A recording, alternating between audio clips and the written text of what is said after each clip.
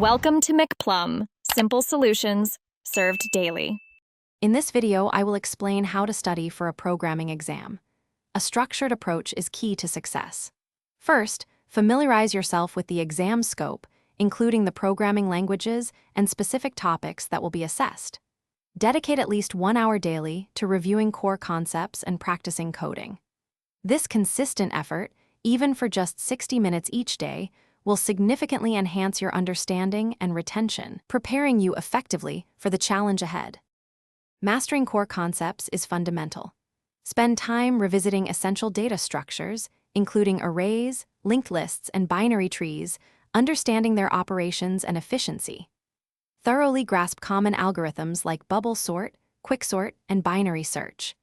Additionally, ensure you have a solid understanding of object-oriented programming principles such as encapsulation, inheritance, and polymorphism. These building blocks form the foundation of most programming exams, so a strong grasp is crucial for achieving a high score. Effective practice is about more than just writing code. It's about problem solving. Aim to solve at least 3 to 5 diverse coding challenges every day, focusing on different problem types.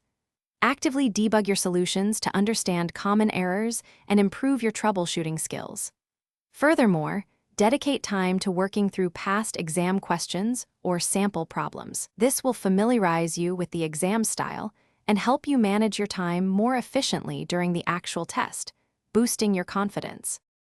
For your final review, consider creating a concise, one-page cheat sheet summarizing key syntax, formulas, or algorithms for quick reference. Ensure you get at least 7 to 8 hours of sleep the night before the exam to ensure mental clarity. On exam day, stay calm and read each question carefully.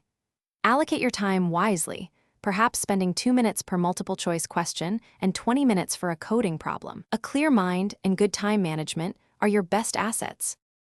Thanks for watching. Stay juicy and subscribe.